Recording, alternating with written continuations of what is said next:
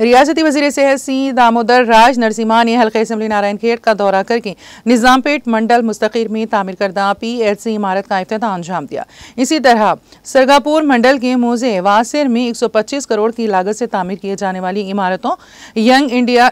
Integrated अकामती school की तामीरी कामों का संग बुनियाद रखा। इस मौके पर उनके हमरा रुकन पार्लियामेंट जहीराबाद सुरेश कुमार शेटकार, रुकन assembly Narayan Khed doctor P Sanjeeva Reddy, collector जिले Sangareddy Valluru Kranti, RDO Narayan Khed Ashok Chakravarthy, DCC general secretary Chandrashekar Reddy, Sudhakar Reddy, साबिक जिले परिषद co-option member MA Rasheed Madina, साबिक प्लानिंग कमेटी के मेंबर नागेश कुमार शेटकार, यूथ कांग्रेस कायद राकेश कुमार शेटकार, नारायण खेड़ मंडल कांग्रेस पार्टी के सदर MA वहीद ताहिर मदीना, साबिक नायब सदर मार्केट कमेटी मोहम्मद अब्दुल क़य्यूम उर्फ मुमताज़ के अलावा दीगर मुकामी कांग्रेस कायदीन कारकुनों की कसीर तादाद ने शिरकत की।